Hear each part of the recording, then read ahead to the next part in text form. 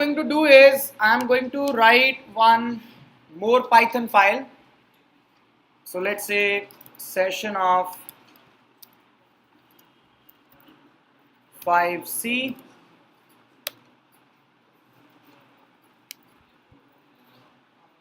Okay. So we are going to define a class called student. Going to define a class called student. And when I'm saying student, so student belongs to which college?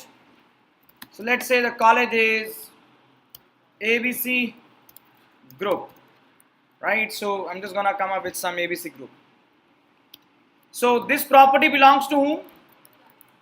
To class. This is a property of class. I'll say let us define one underscore init. So this underscore init, is it the property of class or object? Object. So we see the self within it. We see the self within it, right? And I'm gonna say name. Let's say roll number, name and age. I'm just gonna take three attributes here. So you say self dot roll number is roll number. So similarly self dot name is name, and lastly self dot age is age. So in my object we got three attributes, right? So in the object we got three attributes. So coming down, if you try to create S1 as a student with no input, so you run the code here, it's an error. It means it is mandatory now, it is mandatory with having an underscore init definition that you need to give three inputs, and we have created a rule that an object will have three attributes: roll number, name and age. So let's say 101 comma John again and 20. So now this is perfectly fine, right?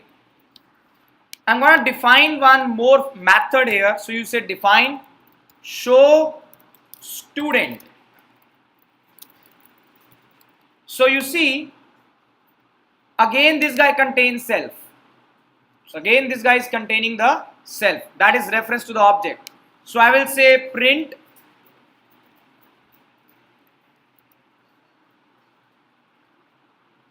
belongs to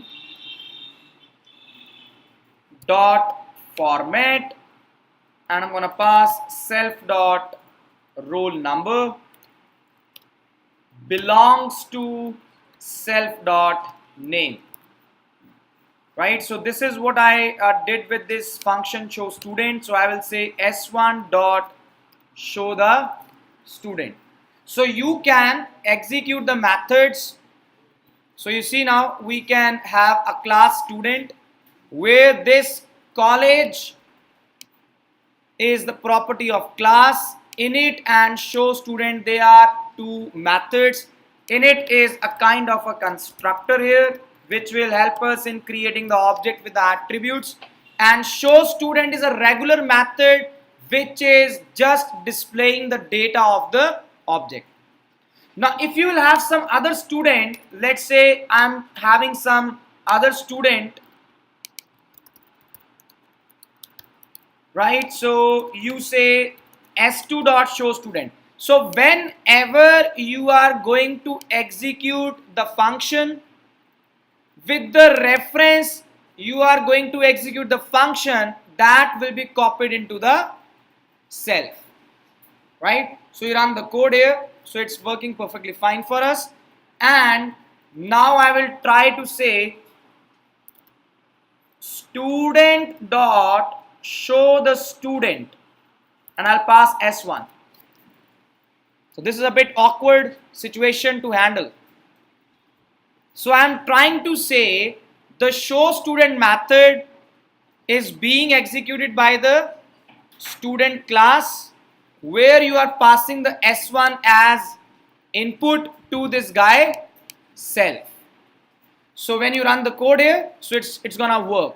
So what happens when you write such a statement like S1 dot show student?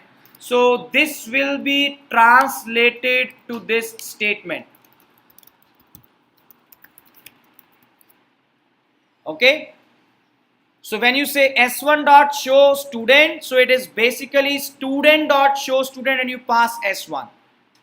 So if you want, you can even explicitly call this, or the other way around, this will be automatically translated, right? We don't do it, but it will be translated.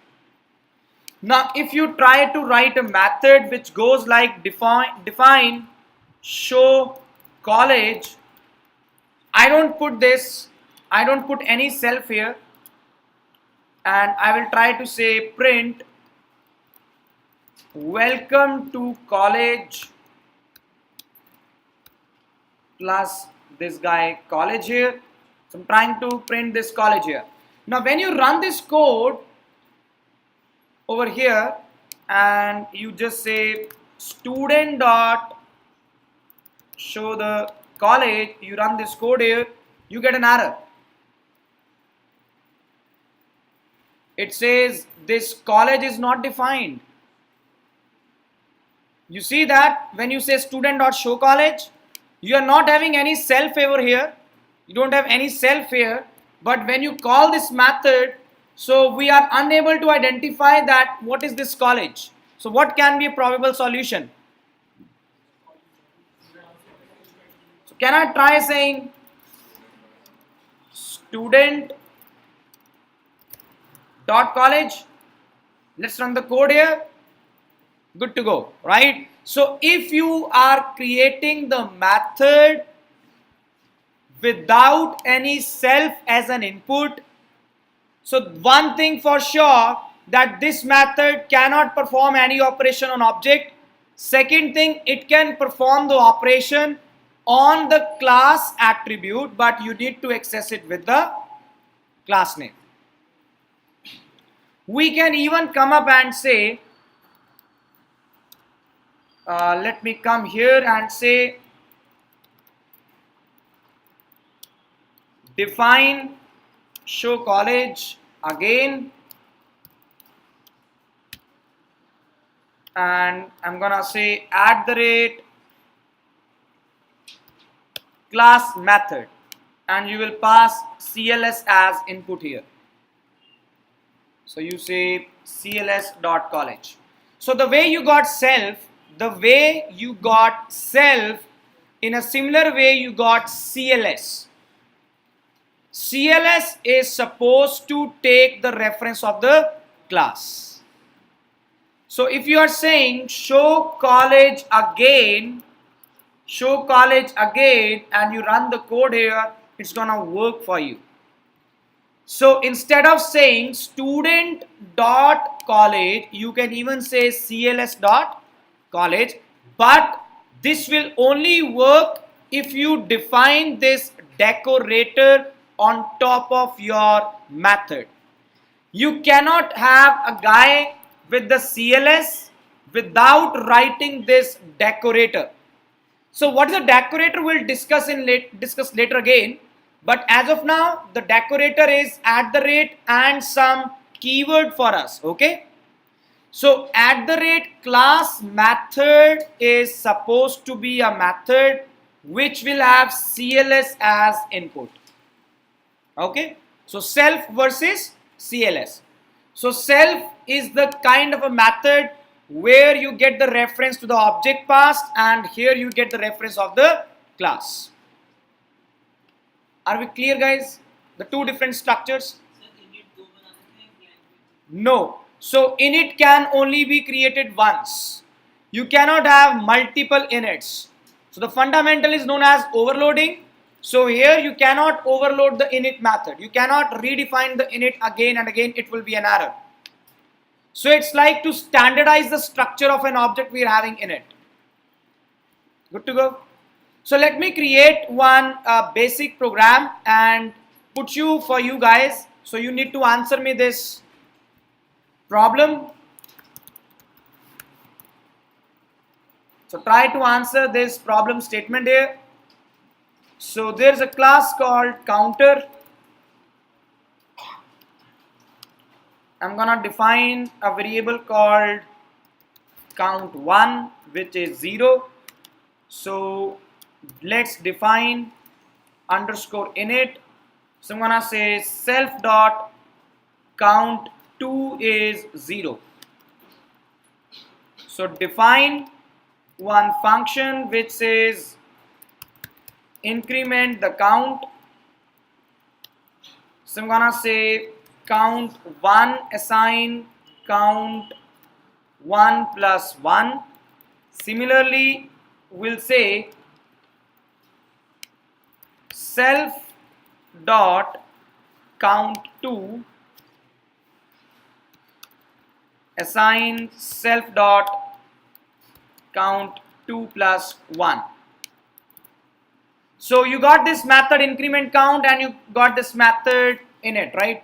So just gonna give a run here to this 5D.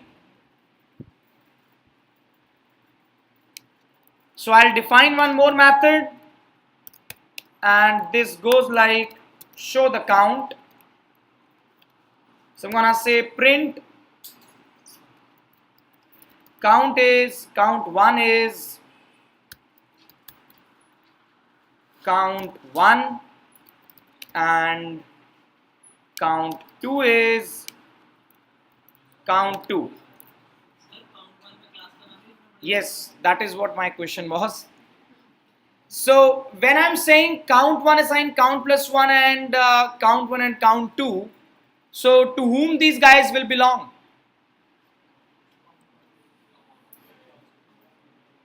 Count1 belongs to class and count2 object, right? So what I can do is I can actually say it like counter dot count1, which is more relevant. So similarly I can say counter dot count2. I'm doing this, sorry, the opposite one, right? So it's like counter dot count1. So come back, I'm gonna say C1 is a counter, C2 is a counter, and C3 is C1. Let me just build this code. Yeah, so it's working fine for us. Now I'm gonna say C1 dot increment the count, C2, C3, C2 and C2. So finally I say show the count for C1, C2 and C3. What do you think? What is the output? Have a review of this code.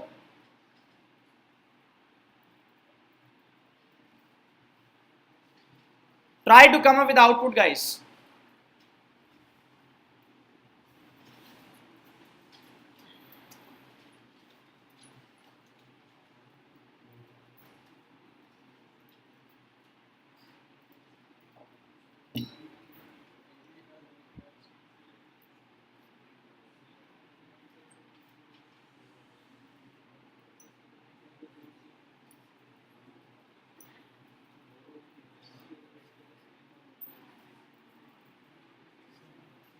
So if I don't print this part and run the code, this works perfectly fine for us, right? So no compile time or runtime errors.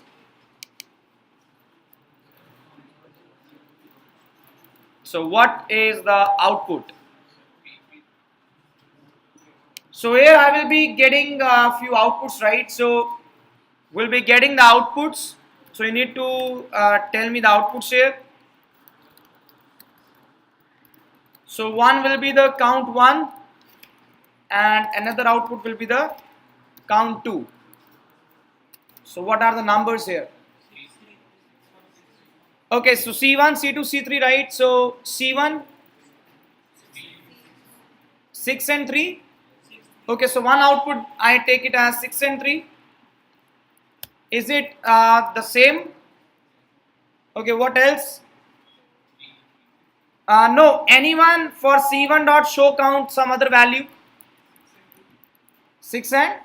Okay, so we got count2 coming as 2. Any other value?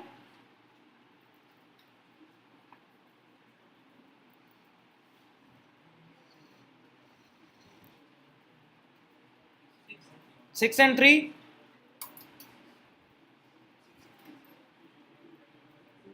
Two, 6 and 2. C2,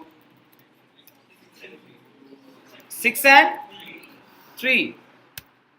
And you for you it's 2, it's 3. And for C3 dot show count, 6 and 1. 6 and 3, we also have 1, 2, 1. We got 1, we got 2, 6. Shall we run the code?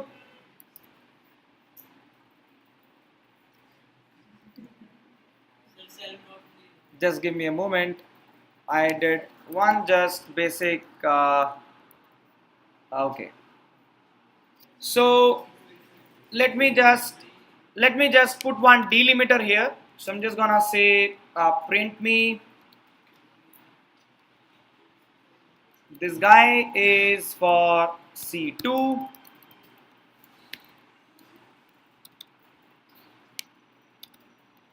For C3 and for C1. Uh-oh, my bad.